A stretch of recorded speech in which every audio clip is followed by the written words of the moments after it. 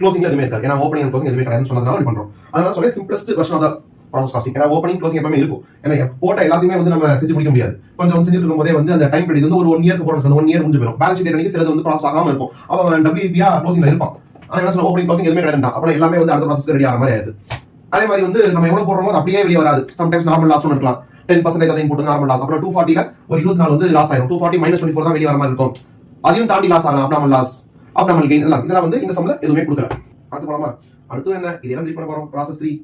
இந்த சின்ன வயசுல நம்ம சைக்கிள் ஓட்ட கத்துக்கோம்ல. அப்ப வந்து இந்த பக்கத்துல வந்து அந்த அதோ அந்த வீல் வேணும் சொல்லுவாங்க. பக்கத்துல வந்து சைக்கிள் 2 வீல் பக்கத்துல வந்து விழுகாம இருக்க பேலன்ஸ் பண்ணி ஒரு வீல் வைப்பாங்கல்ல. அது மாதிரி மாட்டிட்டு அதை செட் பண்ணிட்டு அப்புறமா ஓட்டம்னா ஐ ஜாலியா இருக்கே, ஈஸியா இருக்கே, ஐ விழுகாம போறனே இருக்கும். அப்புறம் திடீர்னு டாப்னு சைடுல 2 வீல் எடுத்து விட்டுருவாங்க.